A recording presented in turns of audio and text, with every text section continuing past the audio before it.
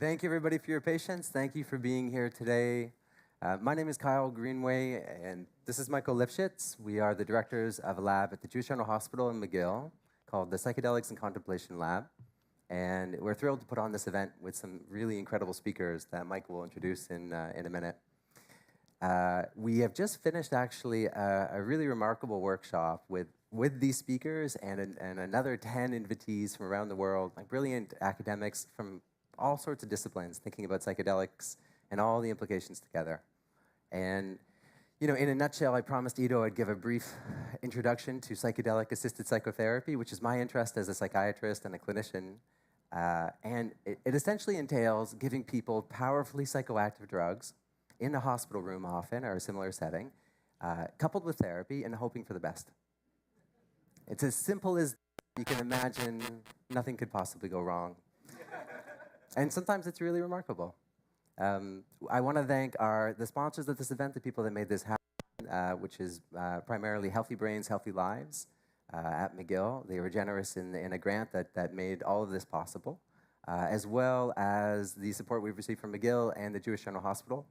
Also, a particular shout out to Carl Looper, the department head at the Jewish General Hospital, who's been an incredible supporter of me and Michael. And with that, I'm going to turn it over to Michael. Thank you for being here. Me. So yeah, I just want to also say that this event that we were just putting on, and that this is kind of the culmination of it and opening it up to the public, it was really about situating psychedelic science and psychedelic studies and psychedelic research in its broader social context. So thinking about how the culture that it's embedded in, the social relationships, how all of that deeply impacts the psychedelic experience and the kind of unfolding of this psychedelic moment that we're living in, which some have called the psychedelic renaissance or revival. And so today we have 4 panelists who are really some of the world experts in thinking about how psychedelics are embedded socially and thinking critically about that social embeddedness. So I just want to briefly introduce them, and then they will each give a 15-minute talk, and then we'll have a kind of open roundtable discussion. So if you could please save your questions for that, and we're going to kind of invite dialogue with the audience, so please do come with all of your questions. And that'll be for another hour at the end, and then we'll wrap up at 4. So our guests, we have Ido Hartogsohn, who is a historian and sociologist of psychedelics, based at Bar-Ilan University. And he's written this wonderful book about the kind of history of psychedelics, especially in the 20th century and how it's come to where it is today. And then we have Neşe Devenot, who's a scholar of psychedelic ethics and psychedelic humanities in the university writing program at Johns Hopkins. Sharday Mosurinjohn, who's a philosopher of psychedelics and esotericism in the School of Religion at Queen's University. And finally, Tehseen Noorani, who is a critical social scientist based in Aotearoa, or New Zealand, in the School of Pharmacy at the University of Auckland. And I just want to say I am really excited that we've been able to bring this together and that we kind of had the financial support to actually invite people in and be here in the same room to think together. It's a special group, and we've had a special week. So thanks for coming.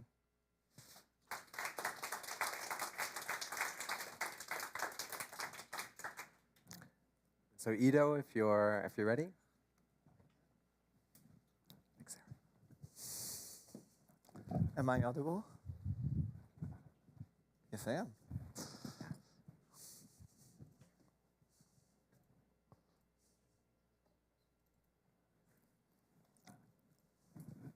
Excellent. Thank you very much for this introduction and for the invitation. And good afternoon, ladies and gentlemen. I'm honored and humbled to speak at this event held at the symbolic and historic setting of the Allan Memorial Institute. My name is Ido Hartogsohn, and I'm an historian and sociologist of psychedelics, and my work over the years has focused on the topic of context and how it shapes drug effects. And in my talk today, we just set the stage for the rest of the event in how we think about context and its role in shaping drug effects. So in our culture, it is common to assume that drugs have specific and well-defined effects. Stimulants keep you focused and awake, opiates numb the pain, and antidepressants make life lighter.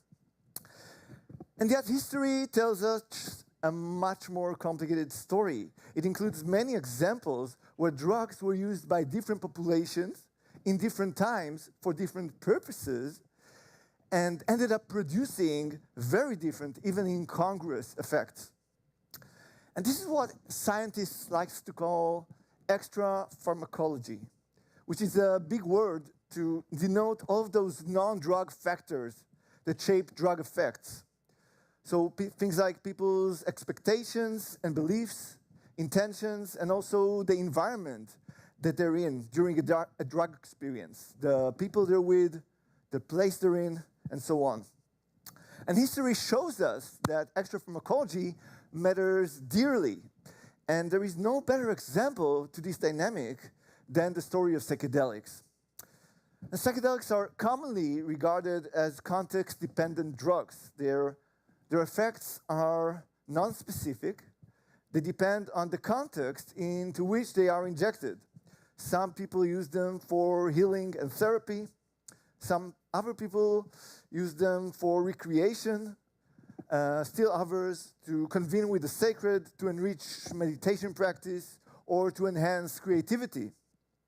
And the history of psychedelics tells us an extraordinary story of why these contexts are so crucial and what happens when we get them wrong, and the promise of what may be benefited if we get them right.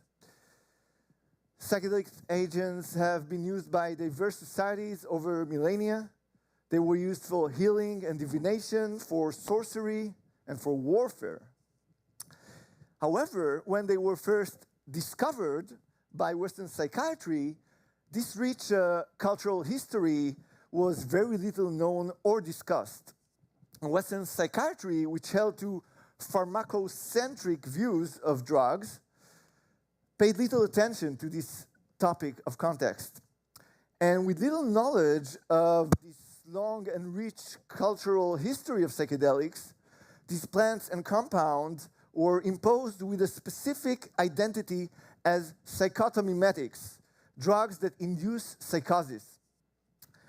At the time when the psychedelics were known as hallucinogens, and at the time when they were entering psychiatry, the governing paradigm, the psychotomimetic paradigm, held that these drugs were basically anxiety-inducing drugs, psychosis-inducing agents, and what they do, people believed, is just to induce these psychotic effects and symptoms in whoever takes them. And this assumption had a very peculiar Pygmalion-like effect, where the expectations of researchers ended up shaping the experimental conditions and experiences of subjects. Individuals who participated in 1950s psychotomimetic experiments were subjected to an array of unsympathetic conditions. So, for example, subjects were very little informed about the effects of the drugs, except for maybe a casual insinuation that this drug will make you go crazy for a couple of hours. Many of the participants were not given any choice about participating in these studies, if we can call them studies. Treatments by medical personnel was impersonal, cold, often condescending, and experiments were held in psychiatric hospitals with little privacy, with bright, relentless, fluorescent lights over the patients' heads, and subjects had little possibility to rest or to engage in any pleasant activity.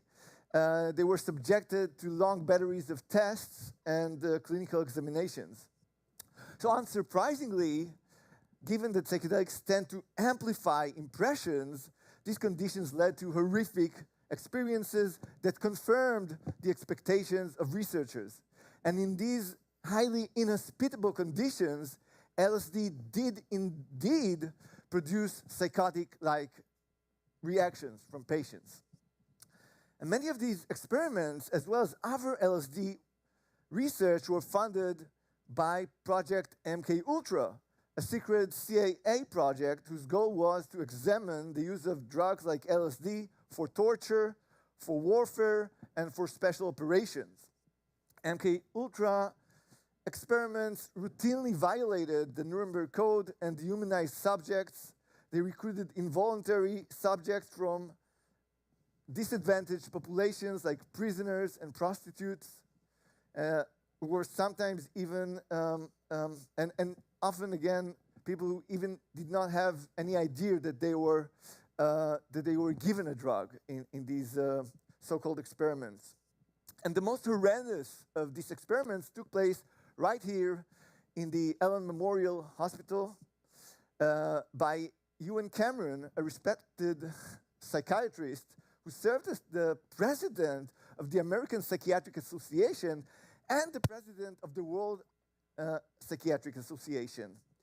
And Cameron would use great quantities of sleeping pills to knock his patients into a coma that persisted for weeks, sometimes months. And when they awoke, he subjected them to deep patterning experiments that were intended to wipe out past behavioral patterns by using LSD in conjunction with electroshocks. And this was then followed by a new round of heavy sedation, during which subjects were repeatedly played recorded messages up to 250,000 times. And amazingly, these horrendous experiments, which were held without consent and with little basis in science, were often performed on patients who arrived with very minor complaints like postnatal depression or incontinence. And these patients later spent years trying to recover from the grave mental harms that the outcome of this treatment resulted with, and some eventually sued the CIA and were compensated by the US government. And the story of Ewan Cameron and the Montreal experiments casts a long shadow on the history of psychiatry and of the medical profession. Unfortunately, the 1960s also saw the emergence of another paradigm for psychedelic drug use, one that favored the use of these drugs for purposes of personal development, healing, and growth. Researchers became interested in the impressive potential of LSD and similar compounds for treating alcoholism, depression, anxiety, and other psychiatric disorders. And it was also during that time that researchers began to better understand the crucial role that extrapharmacology plays in determining the effects of drugs like LSD. And they gave this idea a catchy name. They called it set and setting. So set referred to the mindset, the internal aspects that determine how a person approaches the psychedelic experience. So things like their personality type, their beliefs, their expectations, and intentions. While setting referred to the environment in which this experience took place. So were you with your friends, with strangers, or alone? Am I getting... should I take off the jacket? Yeah. Take off the jacket, okay. I knew it would happen. So whether you were with friends, still not good, with strangers or alone, were you at a hospital, in a church, or in nature? And it turned out that if you have the experience in supportive conditions, say in a cozily arranged room surrounded by people you trust, cultivating intentions of healing and growth, people tended to have quite pleasant, even transformative experiences with the same drugs that were earlier considered to be instruments of torture. And something else happened in the 60s. The set and setting concept that was presented by then Harvard psychologist Timothy Leary escaped the laboratory together with the drugs. And it became a powerful heuristic that psychedelic users from all walks of life could utilize in order to minimize harms and maximize benefits. It could be epitomized in maxims like always at the right time, in the right place, with the right people. And that was an empowering form of extra-pharmacological knowledge of the people, for the people, by the people.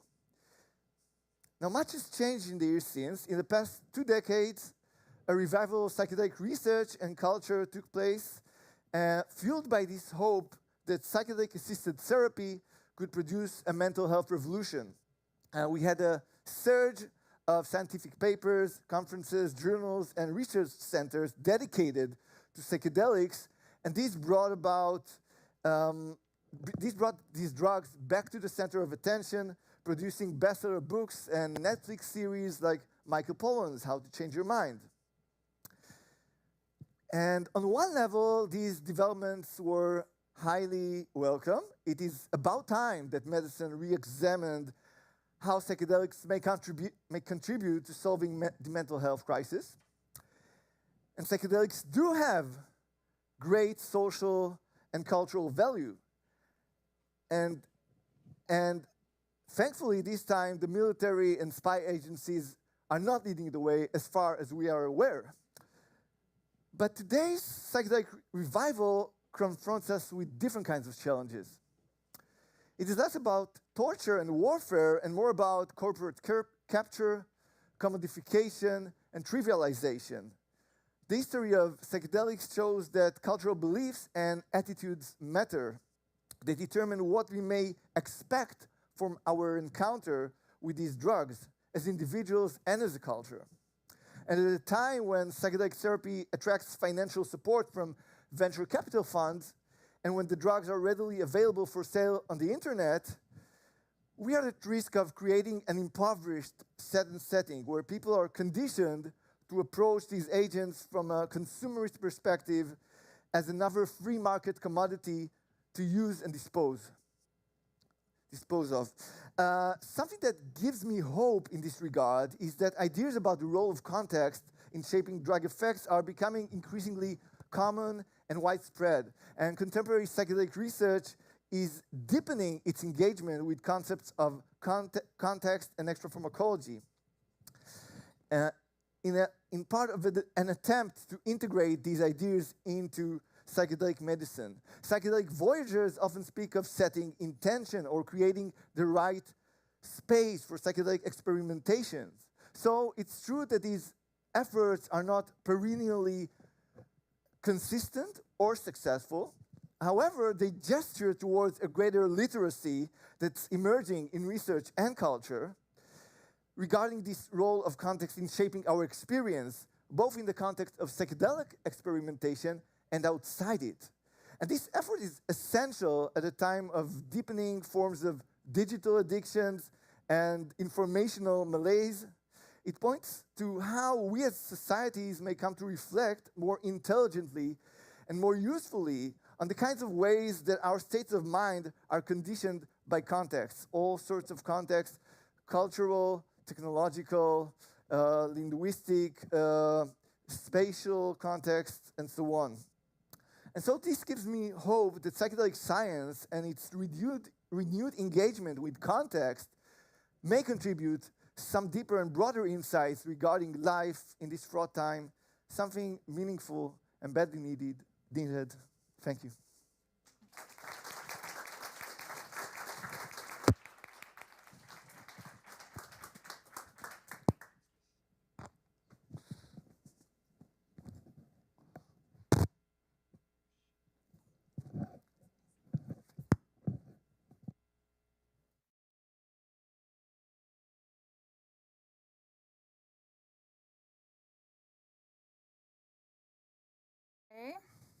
Okay, good.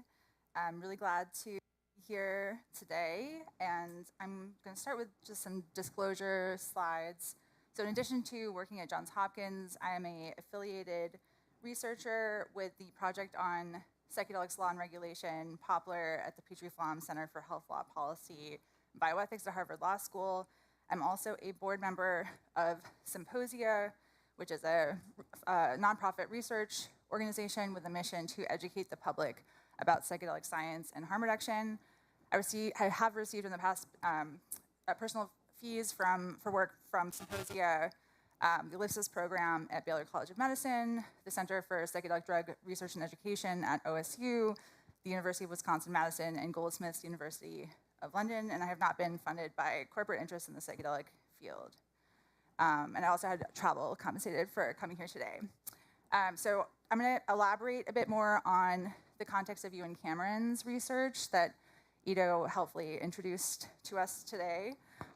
In particular, I think that the field of psychedelic science is not going to be moving forward ethically until the lessons of Cameron's research are more fully understood and integrated.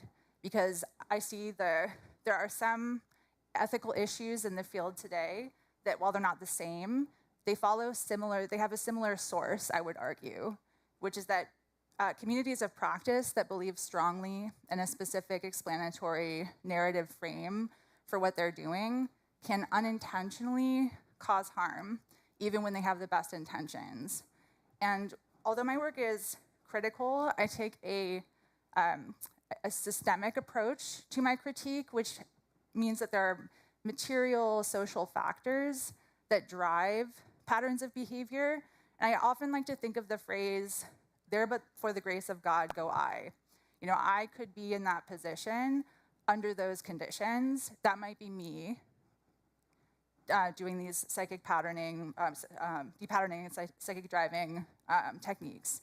So I think having that ethical humility framework to this discussion is going to be really important, as I said, for moving forward. So Ido mentioned Ewan Cameron was very widely respected, multiple professional association positions, and he was also widely regarded as a pioneer of the field of social psychiatry, and he also, as part of that, founded the first day hospital for outpatient mental health services, which means that people, instead of being institutionalized, they could live in the community with their family and their support networks and come in to be treated. And today, that's actually a kind of best practice approach, and there's a lot of value to that. So it's not worth throwing that piece of the baby out with the bathwater, while we can still, in a nuanced way, could critique what went wrong, and quite wrong, in Ewan Cameron's case. And it's very optimistic to me to see that this center here, your labs here, are really advancing the social psychiatry dimensions of psychedelic science while also being attentive to the ethical lessons that we need to learn in this case.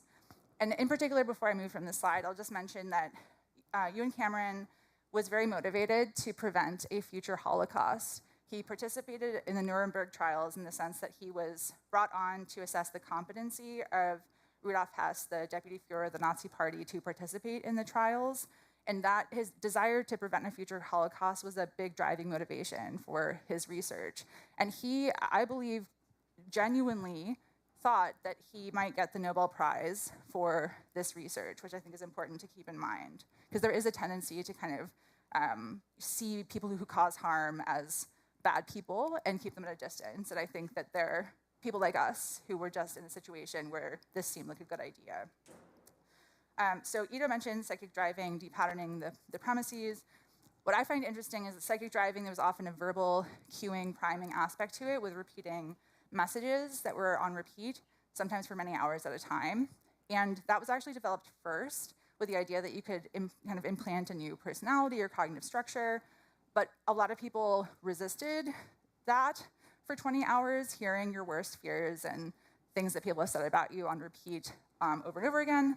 And so people would beg for him to stop, beg the research to stop, also tried to run out of this institute and escape.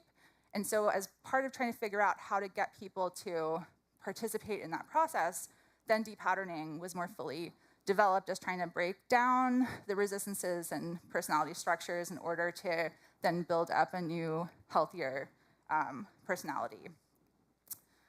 And one of the most important lessons to me from Ewan Cameron that I didn't realize until I started researching this is how much he was open about what he was doing. He published in some of the top psychiatry journals to great acclaim about these methodologies. So he had, his colleagues in psychiatry didn't see an issue with this, and at least certainly not an issue to say something about it in a substantive, actionable way. And so this supports what I was saying about when you have a community of practice that believes in a certain narrative about what you're doing, the rationale for what you're doing, and then you have an authority figure who's widely respected, it can be very easy to accept at face value the story of why this approach is not just acceptable, but recommended to do with a range of patients. But there were issues with the research from very early on, in the sense that, as Ido gestured to, patients often presented expecting treatment, not knowing that they were participating in an experiment. There was not any kind of real informed consent, and patients had long-lasting harms, including significant amnesia to incontinence to incapacitation. And Ewan Cameron's example shows why ethics are so important, because good intentions are not a sufficient basis for the practice of medicine, especially when we're talking about vulnerable groups and people with diagnoses like depression and post-traumatic stress disorder. The stakes should be very high to assure that we have considered our blind spots and that we're not just assuming that because we mean well, that our actions are justified. And one thing that my research increasingly has been looking at is the way that cognitive biases and decisional heuristics reinforce the stories that we find persuasive about what is helpful for our patients. And so I mentioned authority bias, someone who was very popular and well-respected, you tend to defer to them. But there's also a lot of post hoc rationalizations that happen where things that don't go well from someone is saying that they're worse off now, there tends to be a rationale for why that isn't a consequence of the treatment, but some other factor, like they were resisting too much. And those sorts of stories end up shielding the underlying narrative assumptions about the therapy from scrutiny that could otherwise lead us to updating our underlying assumptions. And this is especially relevant today because a lot of the psychedelic research that is occurring is approaching the construct of identity in the sense of self and how we behave and conceptualize ourselves in the world. And so we are re-engaging with experimental paradigms that are involved in reconstituting identity to various degrees. And so I think it's important to continue thinking with Ewan Cameron's legacy in this current context. And so I'm going to talk briefly, just in some of the rest of my time, about this paper that I co-authored, along with Tehseen, who's here, maybe speaking later, and a few other people. We were essentially a reanalysis. It was published, I think, in 2022, a reanalysis of the pilot study from 2014 of psilocybin for smoking cessation at Johns Hopkins, which was one of the studies that really opened up the field of psychedelic science in an exciting way. It was the first US trial, the continuation of which received a national grant from the NIH to study the therapeutic potentials of a psychedelic. And one of the interesting things that we looked at, because it was a qualitative trial, we were analyzing the participant experiences written in the 24 hours after a dosing session. My colleague, Aiden, noticed that there was a repeated kind of frame that we were picking up in the reports of people saying that psilocybin helped them see their true self behind the smoking and to realize that my true self is and always has been a non-smoker. And then when we looked into that deeper and tried to figure out, is this just coincidence? Is this coming from somewhere? Suggestions from the therapist, perhaps? We were connected with the treatment manual that they had used that described the therapy. And it turned out they were relying on this Quit for Life program, the catchphrase of which is, don't just quit, become a non-smoker. And so I thought that was super interesting. And as someone who is not from the smoking cessation field, I looked into this more deeply. I was curious where this came from, this framing. And it turns out that in the smoking cessation literature, when you were researching, they were looking for something that could help, an intervention that could help prevent relapse. So after you've quit smoking, to stay quit. And one of the only variables that they were able to measure as having a lasting effect on staying quit was people who had shifted their sense of self to now identify as a non-smoker. And they compared that to vegans, vegetarians, someone who, if you no longer identify as someone who eats meat, you might be less likely to start eating meat again. And that was baked into the way that the therapists were interacting with the patients and also preparing them for their trials. There are other indications of suggestibility in the treatment manual and the accounts of the participants. There was a lot of language around you can't just have one cigarette, trying to coach people to move past rationalizations that would otherwise say it's fine to just have one cigarette or to continue smoking just in this one case. And that even appeared in a prior paper that Tehseen Noorani did with actually interviewing some of the participants. There was an account of the internal imaginal content of a trip experience seemed to illustrate that principle of you can't just have one cigarette. So in this account, someone lit up a cigarette in their vision, their psychedelic experience, and then saw the cigarette light up and like spread into a grid, like a fractal. One cigarette became 1,000 cigarettes. And I see this as someone who studies the history of psychedelic research as well. There's many accounts where a therapist will inform kind of psychoeducation about their model and their proposed theory of change to the patient. And sometimes the patient, when they're hearing that in an ordinary state of consciousness, they are resistant to not really buying it. But then occasionally, in the content of their experiences, the therapist's pet theory will come to life as if spontaneously. And participants will interpret that as a sign that it is absolutely true in a kind of ontological sense. But I think the field really needs to grapple with the implications that suggestibility might be a factor here, and also to have more and rigorous informed consent when we are talking about changing participants' sense of self and identity and their model of the world. Because what was really interesting to me when we did this paper is that there was no public knowledge about this whole side of how the sausage was made for this trial, and we argued in the paper that you can't actually replicate a study if you don't know that whole side of what they were actually doing and how they were carrying it out. So this makes a real case for transparency in our research, not just for the rigor of the research and replication, but also to be more able to meaningfully provide informed consent with our patients and participants. So moving forward, as Ido kind of touched on, hype can really inflate expectations of benefits while minimizing recognition of risks among people who are seeking out either participating in clinical trials or psychedelic care in underground or in the United States and state legal models. And so as clinicians, researchers, therapists, it's really important to go the extra mile in ensuring that participants understand there are real risks, there are real implications of the power dynamics at play in this field.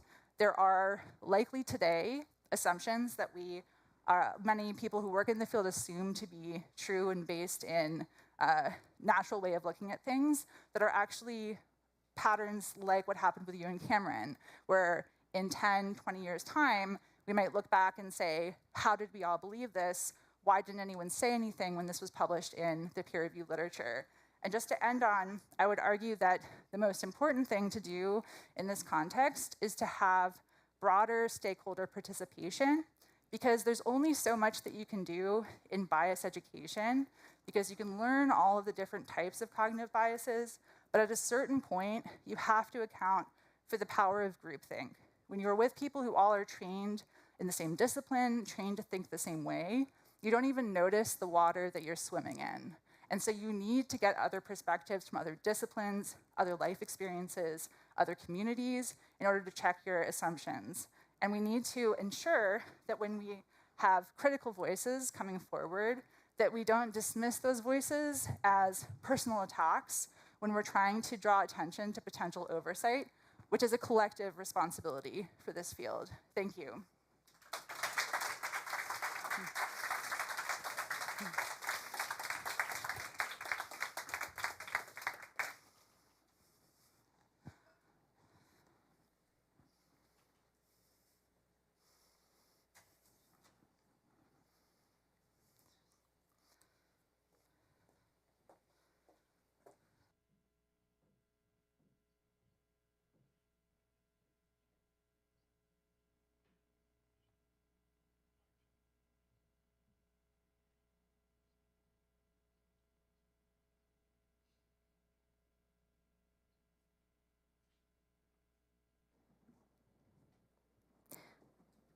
Hi.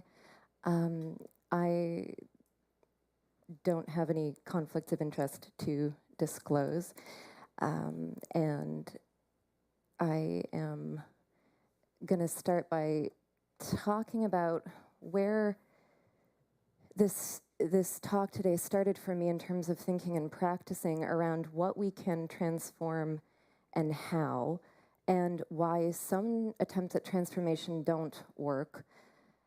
And I'm thinking about that in relation to the issue of the whole CIA brainwashing attempt that was the project that drew its attention to Cameron's research as a potential tool for doing that brainwashing, by which they meant like the erasure of a whole subjectivity and the installation of a whole new personality.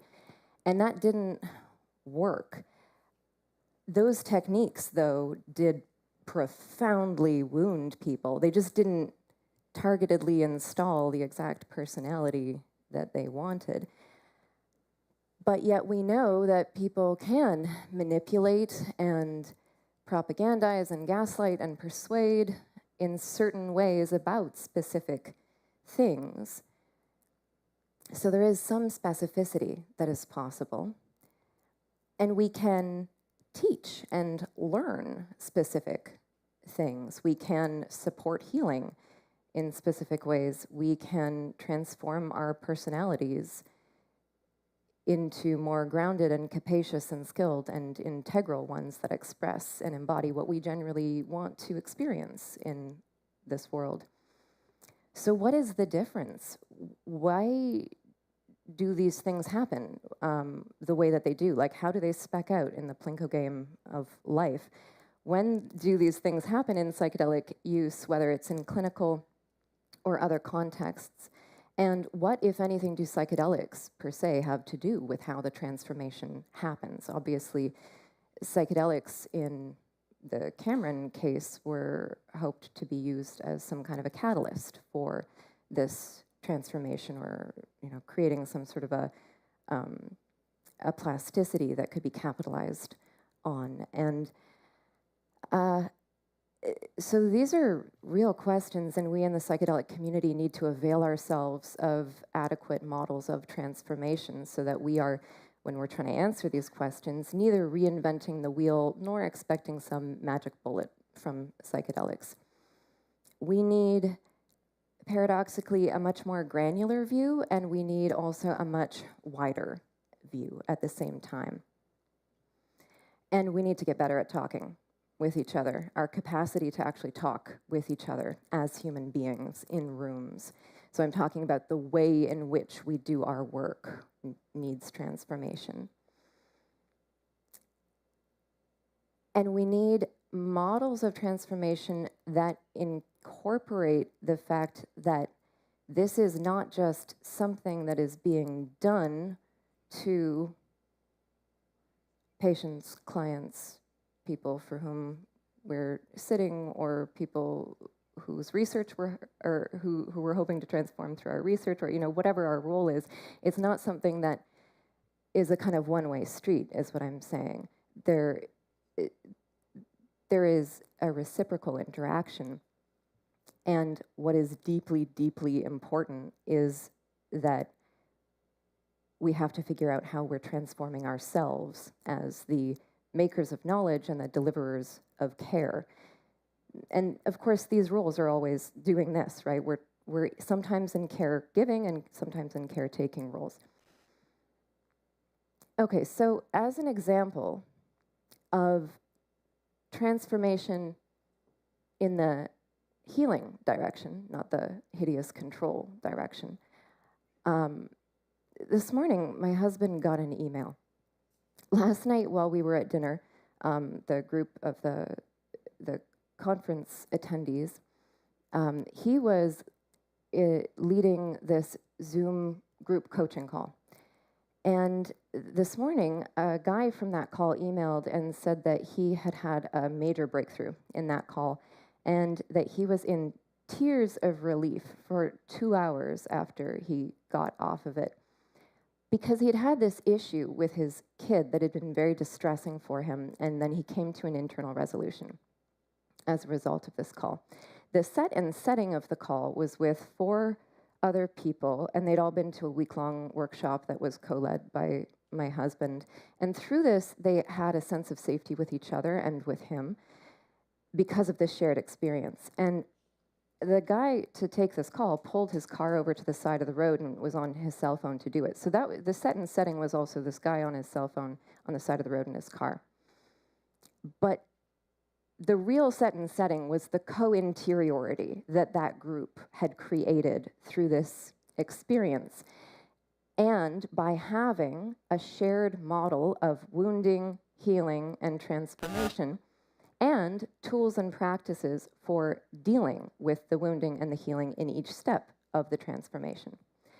So this guy had been working on this problem for a while. He had Googled it, and he learned that the thing that his kid was doing that he found so painful was developmentally normative, and yet that information did not soothe his pain. It wasn't an information problem. What it was, the core that he realized last night of what was so distressing to him was that this thing his kid was doing was bringing up for him his own wounding about his childhood experience of doing the same thing. In other words, he was in transference with his child. So this wasn't something that he could deal with at an intellectual or like a mainly cognitive or informational level. But because of this shared model of wounding and healing and transformation, the tools needed to work it, and this container that this group had with each other, he was able to, at that point, quickly have a breakthrough sort of resolution around this issue. And now he's got a new growth edge, right? It's continuous. It's not like he's done now. He's not cooked. We never are.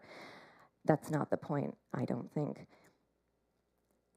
Now, this example is not psychedelic per se, but it's an extremely granular natural history of positive transformation that contains the seeds of solutions to challenges that we have a lot of trouble dealing with, in my experience, in the psychedelic community because of the difficulty in integrating cross-silo knowledge and practice, and because of some of the conventional ways of working in the academy and the culture generally that don't build ourselves into our own models. And in that gap, in our models where we do not appear, problems occur.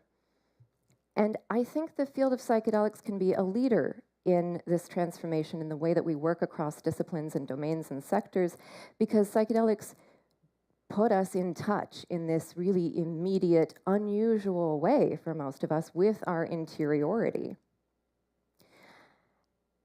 and metaphysical experiences, and they catalyze these emotional events, and the thing is, they put us in experiences that are pretty unusual to have in this time and place unless you spend a lot of time practicing into them, like maybe you're a very adept meditator, but otherwise, a lot of the way that our world is structured kind of militates against that type of experience. So that's what I think, that's something that is specific about psychedelics, is that they make these problems much more experientially urgent problems to deal with. And they give us resources. They do offer affordances for dealing with them. Okay, so I am not offering any closure on these questions in these 15 minutes or so, of course, but this is an invitation to a larger conversation. So I'm going to enumerate some of the elements of these issues. One of the things that we see in this natural history of transformation example is the loci of authority, internal, external. Where is the authority? There is tension always between the idea of healing coming from within in psychedelics and also the impact of this external container, as has been beautifully described by our other speakers. So in this case that we've got, there's this guy's inside, as I just described, and of course there's an outside too. There are the practical questions that have to be dealt with out here, like how does he talk to his kid and his wife, and how do they hold this in their larger family system and container, and so on. It's always both inside and outside. It's both sides of the equation. You have to balance it, otherwise you again, if you're not building yourself into your model, you're not actually attuning to that other person who is in front of you, over whom, if you are a parent or a teacher or a therapist or a researcher, you have some structural authority. So it is absolutely necessary. What happens is that you are then making a model of them that excludes your interpretation of them by virtue of excluding yourself. What is that also excluding? It's excluding the impact of your own wounding. And I think that this has precisely to do with so much of what Neşe was just naming as a problem when people are failing to distinguish between what would really be good for this person who is in front of me, which may be, in therapeutic examples, sometimes misreading what is actually a real intimacy or a real transrational apprehension of what is really happening in the relational field, and what is actually their own increasingly epistemically and socially isolated fantasy bubble of what they think is happening between themselves and their patients or interlocutors or whomever. And they're lying to themselves that what they're doing is for the good of those patients. And often not even in any way consciously lying, of course. This sort of transference and projection stuff is happening all the time. It's never not happening. So our models need to account for that in both directions. If you don't include yourself in your model, you don't do your work. If you exclude your interpretation of the other in your model, you get drift from the possibility of actual attunement. Actual attunement takes work, but there are real possibilities there. So you start increasingly relating to your own model of this person, which is increasingly composed of projections and transference, and in doing so, you're actually turning your emotional life over. You're seizing control over another, but you're actually losing yourself. You're losing touch with your real authority and constantly reacting to things that are out there because you projected them out there. And then people codify that drifted model as precisely and hideously, ironically, relational attunement when it's really the opposite. So a skillful model always has to center the authority of the patient or the person who is in the position of structural vulnerability. And it has to scaffold support for that person's adjacent possible growth and transformation and autonomy to whatever level is possible, rather than centering the authority of the healer or the leader, etc.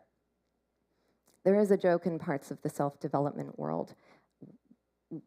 Would you pay us double to train you to change others instead of yourself? The grievance at the heart of this joke, McLuhan, is that it's pointing at where the impulse to control comes from, to avoid having to change ourselves and instead change the external in order to mitigate our internal pain that gets triggered by the external. So in the example of this guy with his kid, we can see how transference is getting in the way of relational attunement and what can be done about it. The problem wasn't with his kid, it was with his own childhood wounding that he wasn't previously able to own because he didn't before have a model or a vocabulary or a practice or a container in which to recognize and make sense of and work with what was really going on. All right, so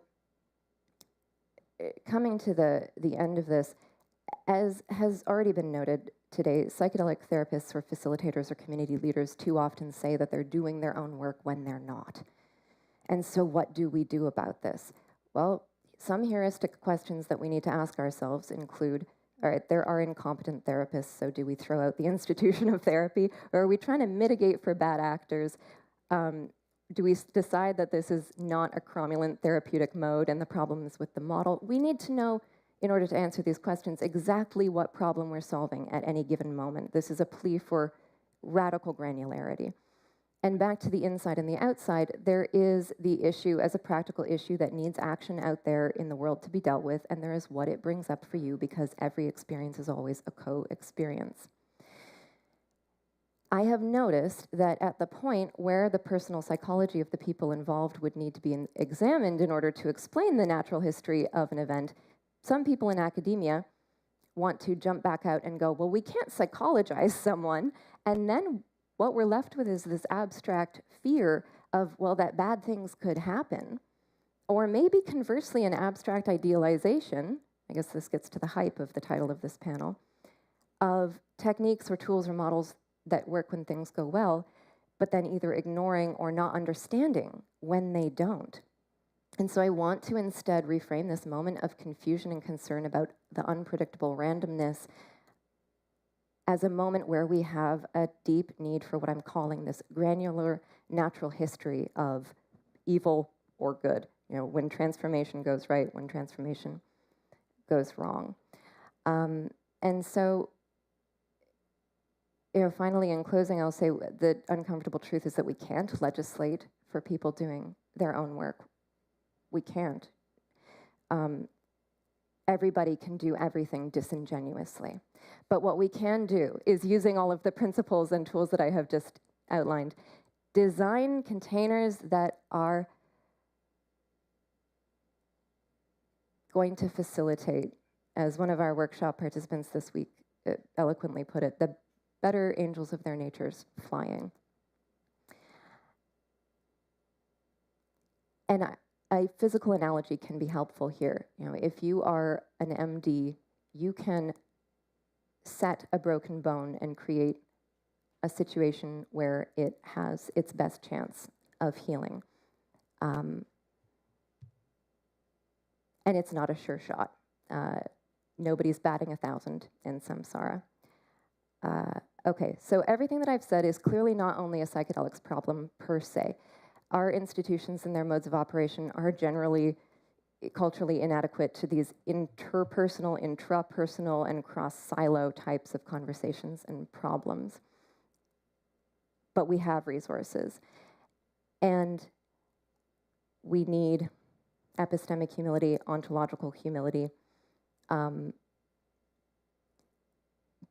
in psychedelics, all of this stuff is brought up in a much more experientially immediate way than in many other contexts. And so there are these challenges, but if not in psychedelics, then where? Because those experiences can catalyze and amplify the challenges and the affordances. So none of this obviates all of the problems, but what we do get is better problems. Thank you.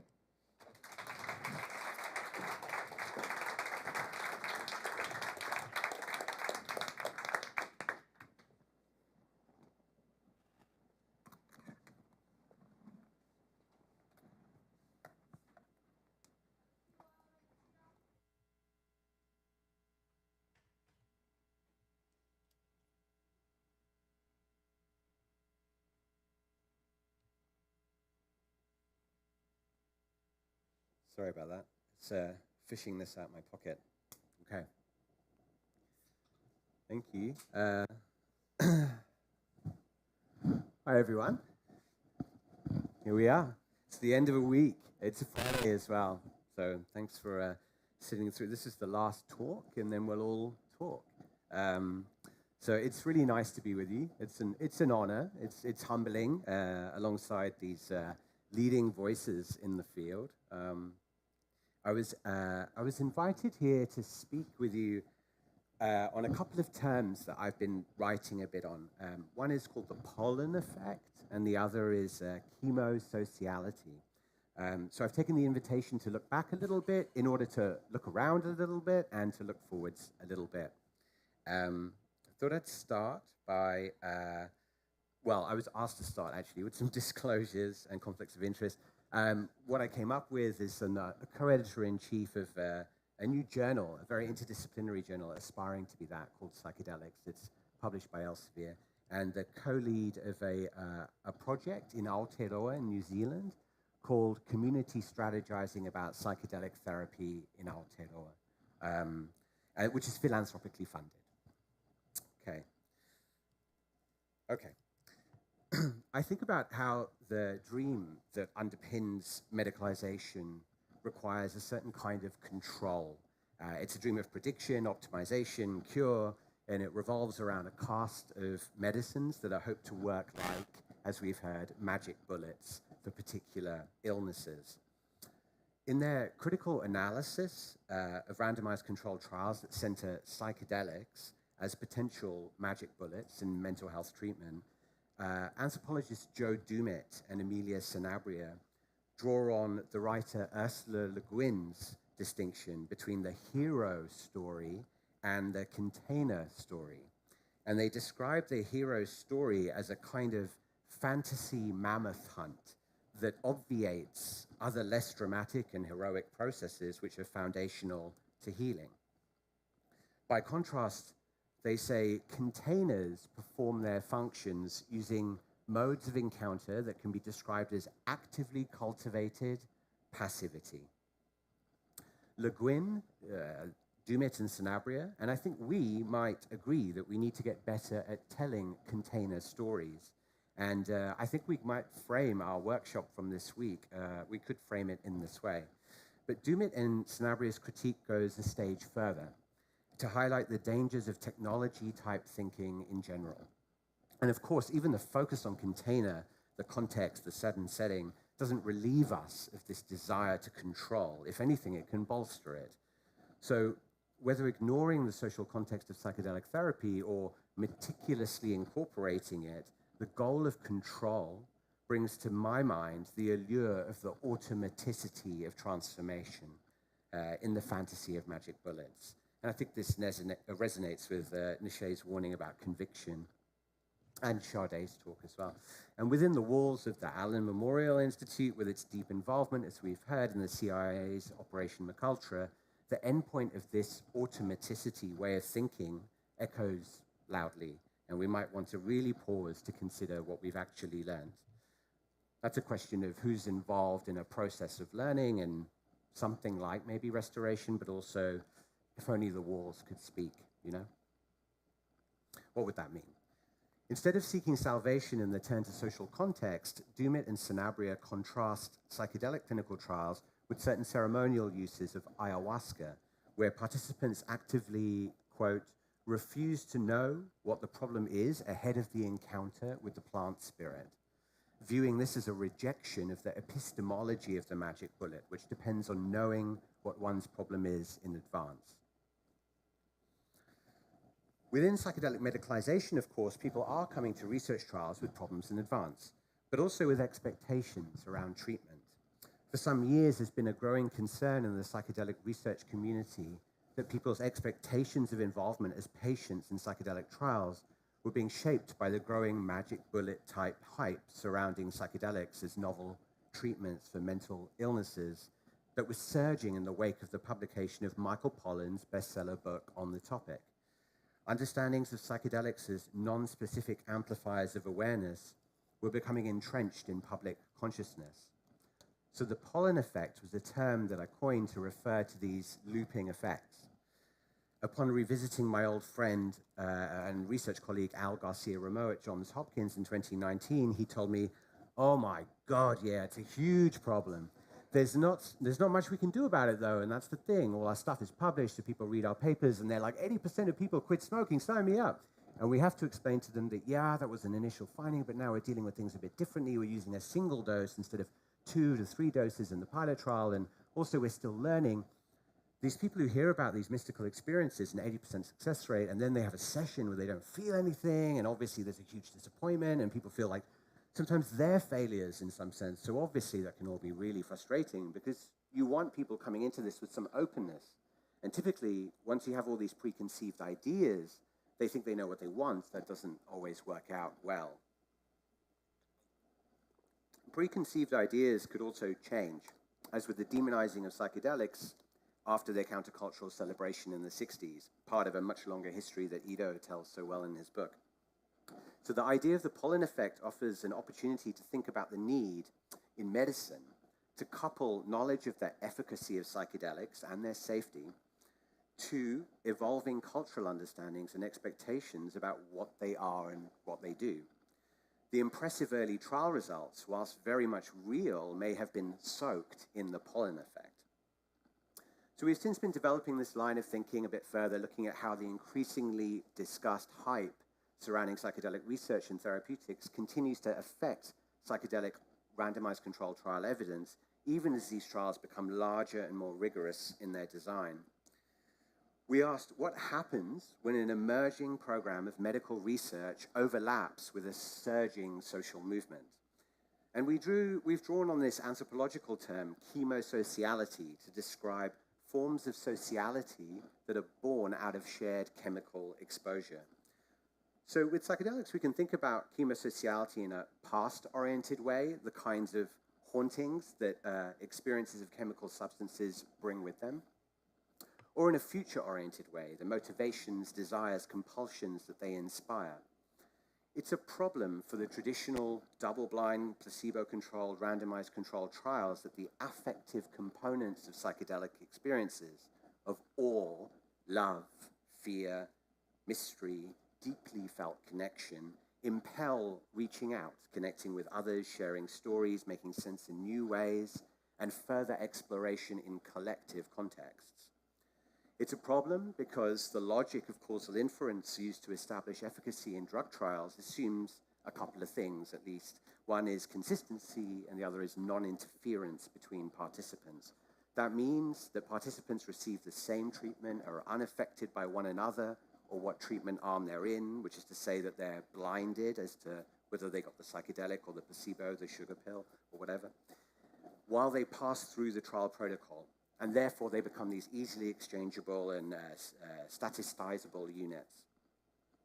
With the chemosociality that we see with psychedelics, we should be expecting numerous breaches in these delimited causal pathways, which we've called the dark loops of trial circuitry. Dark loops referring to forms of feedback emerging from and returning into the trials, which are hidden from view while potentially reshaping trial outcomes in systematic ways. These dark loops are not recorded, let alone incorporated into the causal pathways in the interpretation of psychedelic trial data to date. So let me offer a few examples of dark loops, which we've illustrated here in purple. And in case you can't see from the back, that's Michael Pollan's face. So these are some examples to think with. They don't necessarily correspond to these arrows, but they would be in here somewhere. A trial participant has a powerful high-dose psychedelic experience with mystical qualities that reveals clear as day to them that they didn't get the sugar pill, and is immediately impelled into purchasing Michael Pollan's book, seeking out local psychedelic community groups and reading anything they can get their hands on about mysticism and psychedelics for the rest of the period of their involvement in the trial, up to when their final outcome measures are taken. A trial recruits through snowball sampling, like people who know people who know people, in an area where there are interconnected communities of locals who are openly into psychedelics.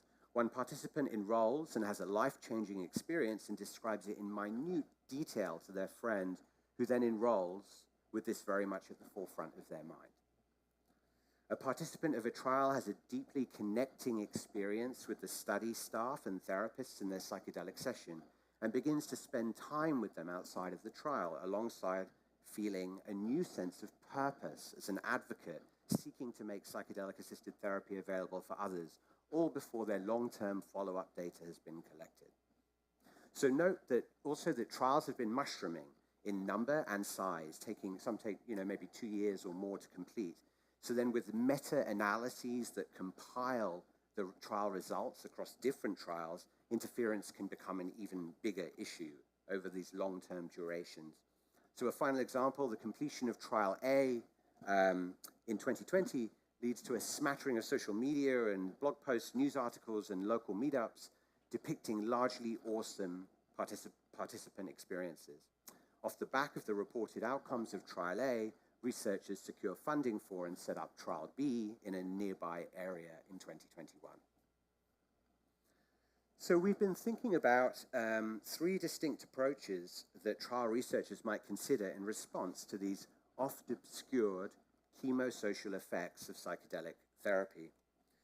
The first that we've written about is called chemosocial minimization. This, in a sense, is keeping the dream of studying psychedelics as any other psychoactive compound alive by designing research to attenuate or eliminate the effects of dark loops in trials. And a problem here is when these dark loops are not really minimized, they're happening. This is the phenomena that surround a trial in practice, but they're described as such for regulatory approval processes. It can also involve limitations in participant behavior that makes the randomized controlled trial even more artificial, and those findings even less ecologically valid, applicable to a real-life kind of context.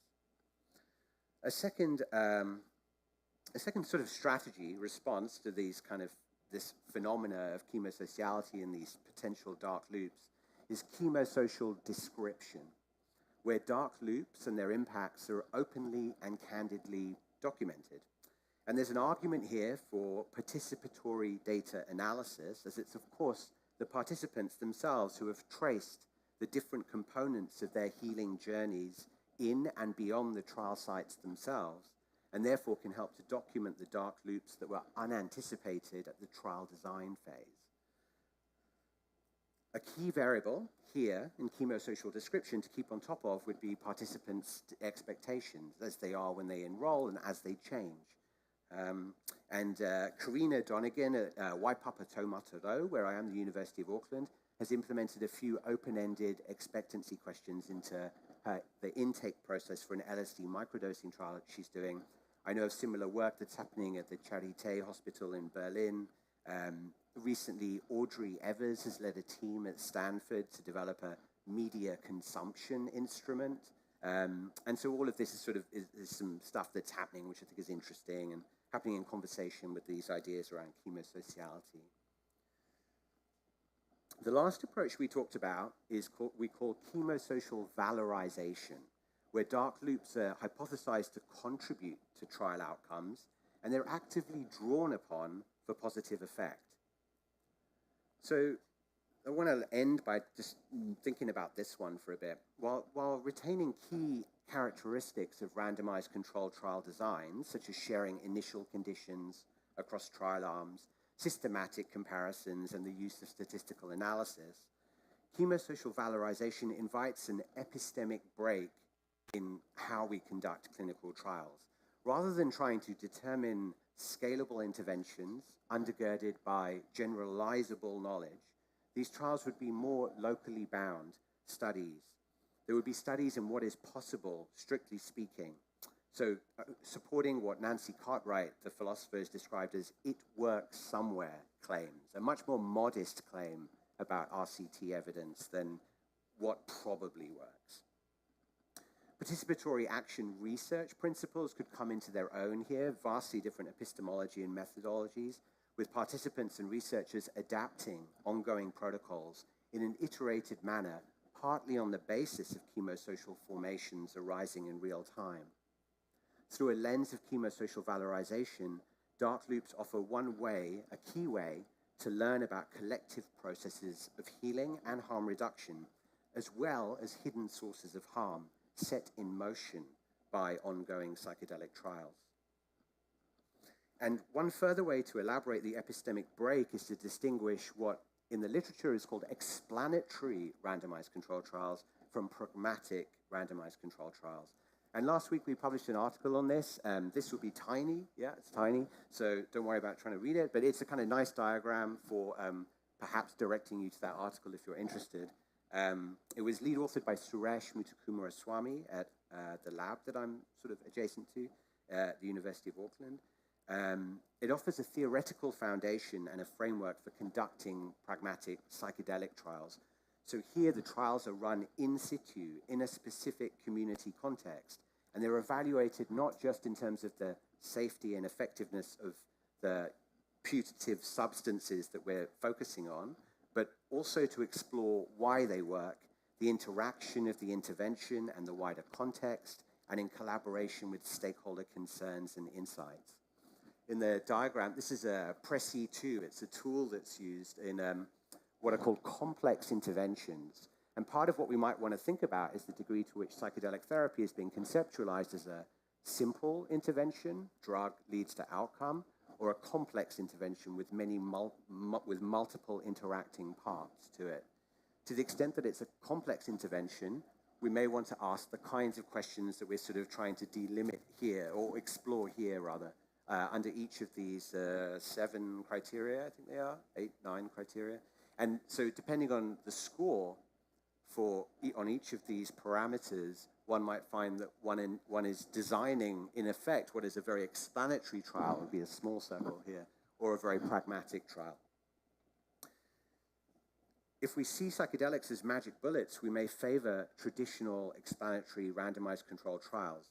But if we see them as a complex intervention with these many interacting parts, including dynamically changing expectations and contextual factors that are amplified by the psychedelic experience, these pragmatic trials may be more suited to the task of understanding how psychedelic therapy is working and how it might be expanded or even extended to other contexts. So in sum, there's a lot of methodological innovation here that enfolds and works with contextual factors, rather than seeking to minimize or elide them in favor of a magic bullet narrative focused upon psychedelic substances alone. These may help us with telling more container stories, and even perhaps the kind of container stories that emphasize the labor of tending to the unexpected in people's healing journeys through psychedelic therapy. Okay, thank you.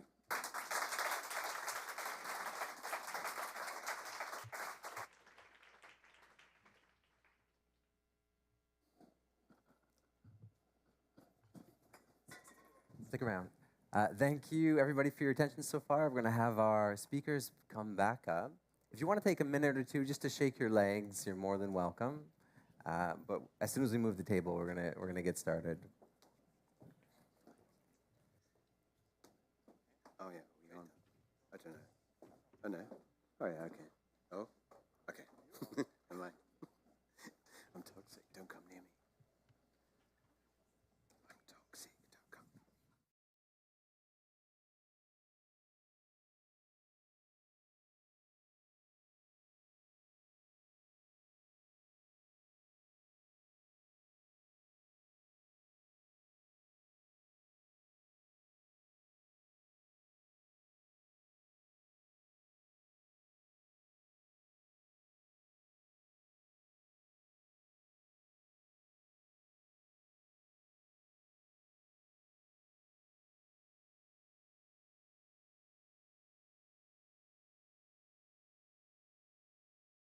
We circulating with a room mic, and we're just going to open it up to any questions that one might have. Feel free, don't be shy. You can address your question to the panel or to an individual speaker.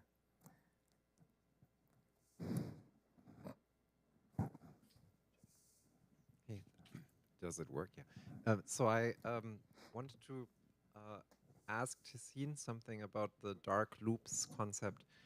I guess one way of reading the work that you presented is that you're shedding light on the dark loops, right? You're basically making it transparent so they're not dark anymore. And that raises the question of whether these looping effects still work once light has been cast on them.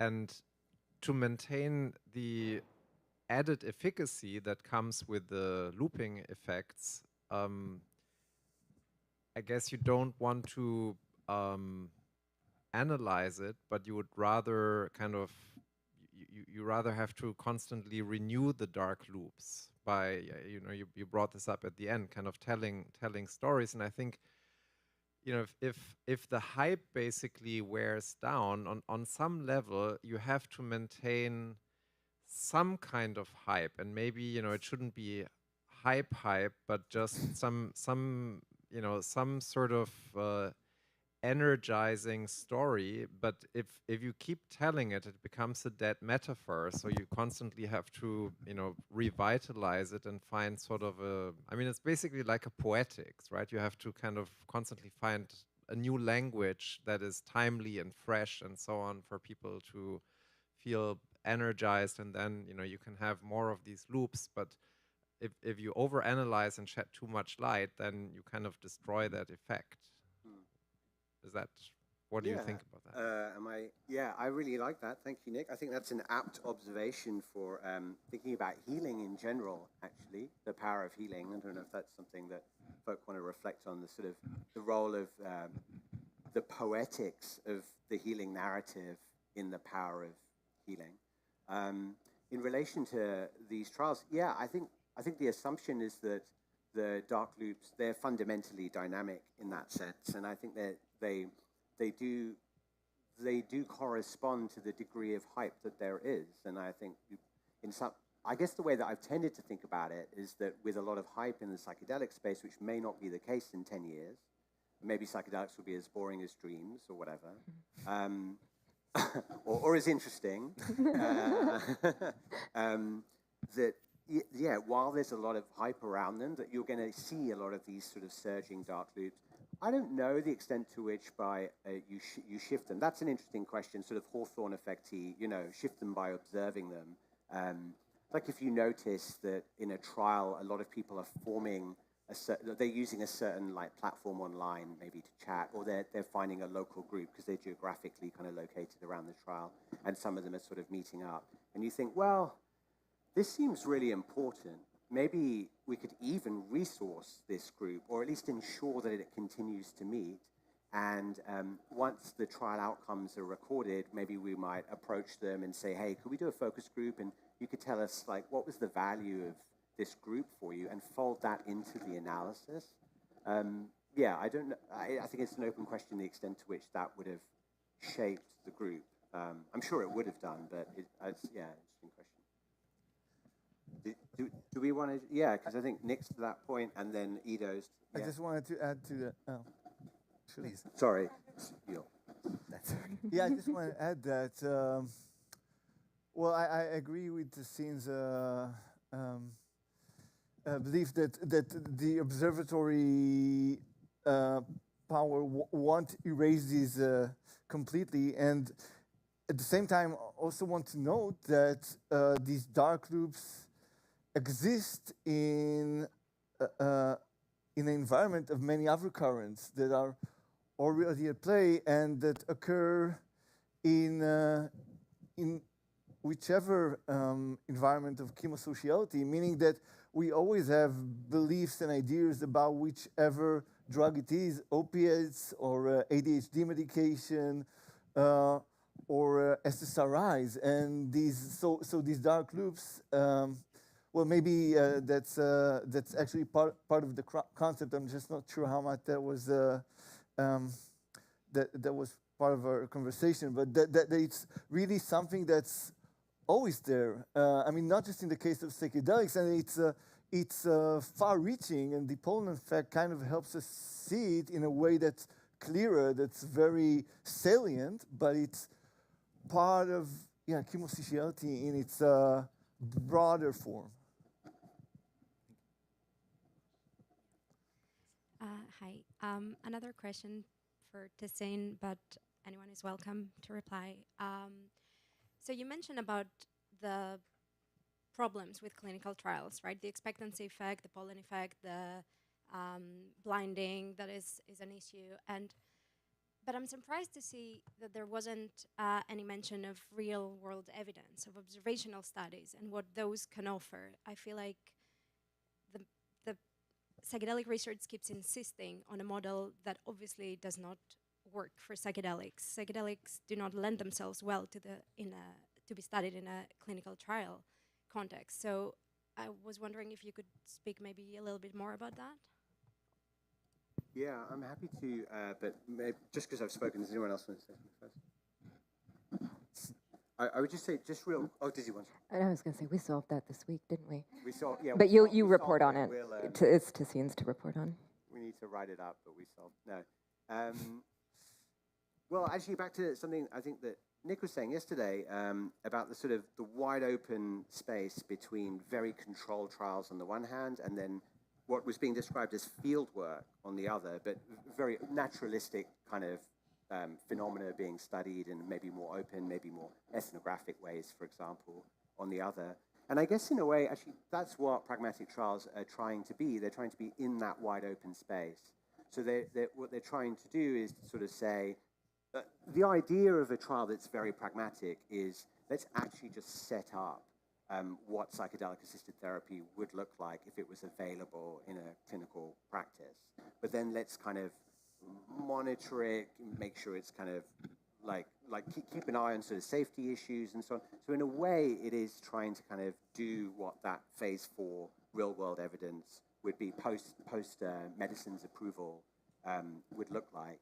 And it's something that we're with Annalie Hodge behind you is the lead researcher on a trial that we're about to begin in Aotearoa, where we're putting that into practice. So I think it is possible. It sort of depends on regulatory systems and so on, but it's essentially trying to jump ahead of a medicine's approval through this, I don't want to say ridiculous, but this very onerous phase 1, phase 2, phase 3, demonstrating maybe with a slightly fictional data set that things look all really great, and then getting approval and having to spend tons of money in the process.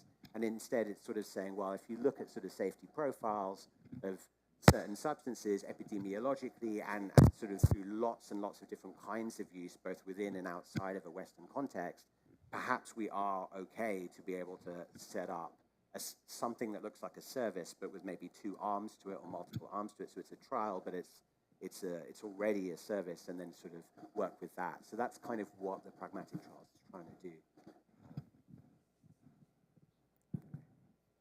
It'd be great to talk more about it. Thank you. Over here. Thanks so much for this awesome event. Really enjoying it. I want to come back to something Ido said, which I was sort of hoping to ask about, and he kind of nailed it in a way. I would just be so curious, like, what it would be like if we were doing this in the 90s and everyone was really hyped about SSRIs. Is it not exactly the same thing? Maybe psychedelics are mind manifesting. They're manifesting the sort of epistemic boundaries of how we understand these things, how we understand the mind and mental health and all these things.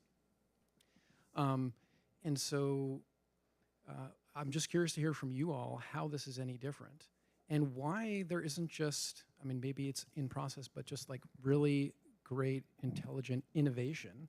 I think that's part of what was spoken today, innovation in how we conduct scientific studies of these things to sort of get a little closer to what's really going on. Why? Like the idea of like darkening or these dark loops or whatever, that's obviously how SSRIs became more effective as well. Prozac Nation, I think, was the book at the time. It was the pollen of the time, and people responded well to SSRIs, probably in part because there was an expectation. So just curious to hear you all on like the historical parallels here and and the way forward. All of that, if you don't mind. I think it was addressed to you. Well, there's a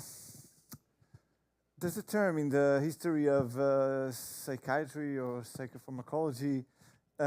It's called the siege cycle. Sorry, it pertains to this phenomenon where new agents that arrive in psychiatry induce this enthusiasm and this sentiment that here we have found these magic bullets. So we had this around barbiturates in the 60s.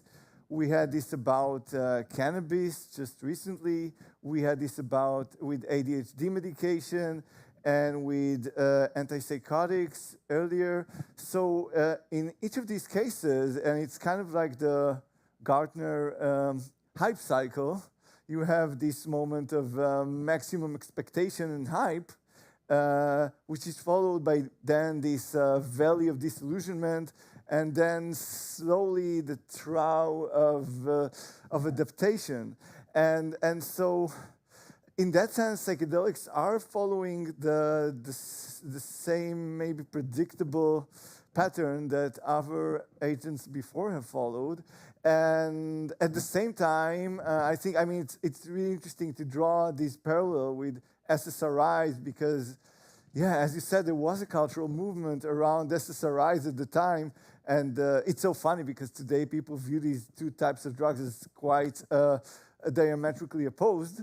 And at the same time, and that's something that's much in conversation, much in discussion within the psychedelic circles. It was also yesterday, Kyle was also speaking into that, about, on the one hand, we have this this tendency within the psychedelic community or research community of psychedelic exceptionalism, or this kind of belief that here we have something that's entirely different than everything else, and that's probably needs to be to